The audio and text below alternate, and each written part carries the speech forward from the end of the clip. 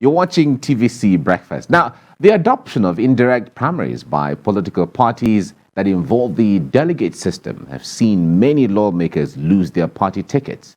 The 10th National Assembly might have the highest turnout of legislators, as more than 200 of them were not returned to the hallowed chambers. Sama Mashaye had a chat with the Speaker of the House of Representatives, Honorable Femi Gbajabiamila, on this, as well as the gale of defections. Let's watch this. Welcome to TVC Breakfast. Thank you.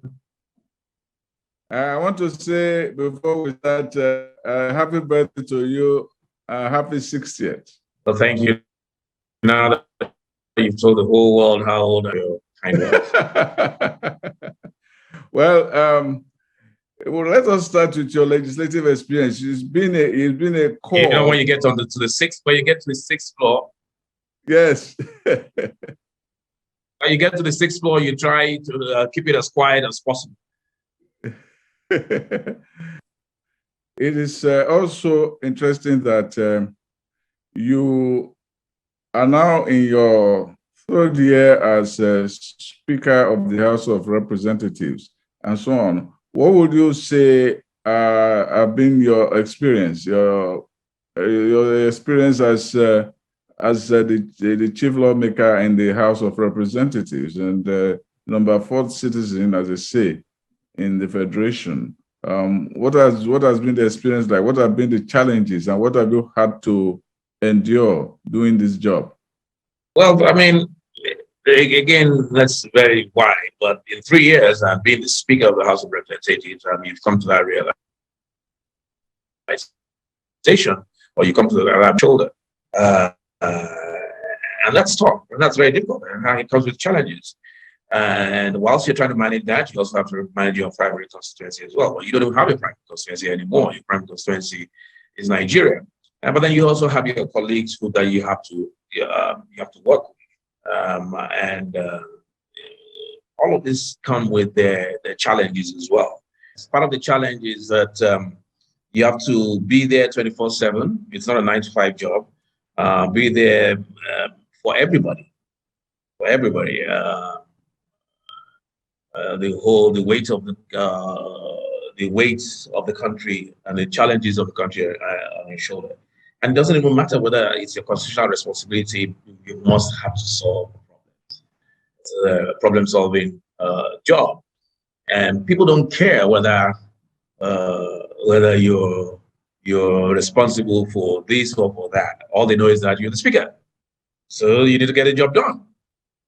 You try to explain to even the most educated person that in a constitutional democracy, there's separation of powers, and this is not my responsibility, and they don't want to hear that. So you have to be ready to take everything on board.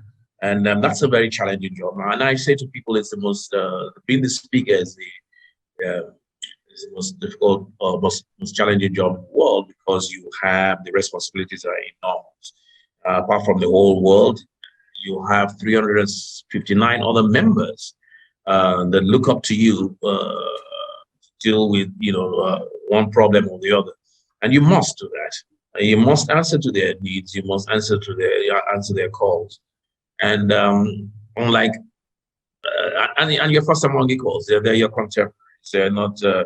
Even though they call you their boss, but you know deep down that they're not. You're not their boss. They're equal, and it's unlike why I say it's the most difficult job in the world. Unlike the governor, and I say this all the time. A governor, for instance, deals with subordinates. I don't. He deals with the subordinates. He decides what he wants and what he doesn't want. He can decide he's not coming to work for the next 3 months. He can decide I'm going to go to Germany or go to London and sit down and control my state from wherever I am, and this is what's going to happen to him. Ditto any president, just the way it's structured. But for the Speaker, it's different. For the Senate President, it's different. But why the Senate Speaker's job is more difficult than the Senate President's job is that the Senate President deals with only roughly about 100 other members, whilst the Speaker deals with about 359 or almost 400 members. So there you have it. That's, for me, that's the most difficult and challenging job. But thank God that you need wisdom, you need capacity, and more important, you need the grace of God to be able to discharge your responsibilities. And thank God, so far so good.